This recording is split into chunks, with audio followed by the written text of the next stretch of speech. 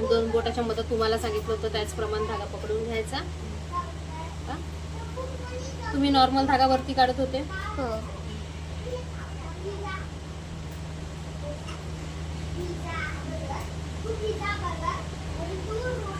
आपण धागा वरती काढलेला आहे.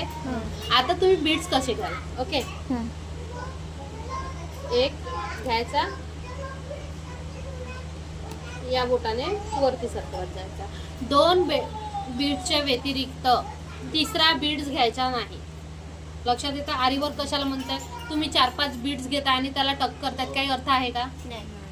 आपल्याला फक्त 2च बीड्स घ्यायचे आणि आपल्याला हा जो धागा वरती काढलाय, सुईच्या टोकात अडकवलाय मी, यातून 2 बीड्स खाली घ्यायचे. परत सुईच्या टोकामध्ये हा धागा अडकवून ठेवायचा आणि प्रॉपर खाली खिचून घ्यायचा, जेणेकरून गॅप दिसायला नको. परत आपण चेस्ट स्टिच साठी जी स्टिच टाकायचो ती स्टिच टाकून घ्यायची. परत या बोटाने 2 मणी घ्यायचे, म्हणजे हा जो अंगरीच्या बाजूचा बोट आहे त्याने 2 मणी वर सरकवून घेतले सुईमध्ये.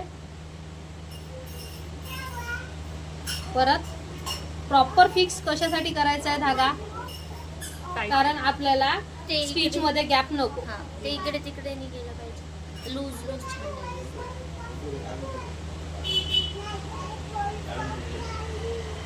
आलं लक्षात.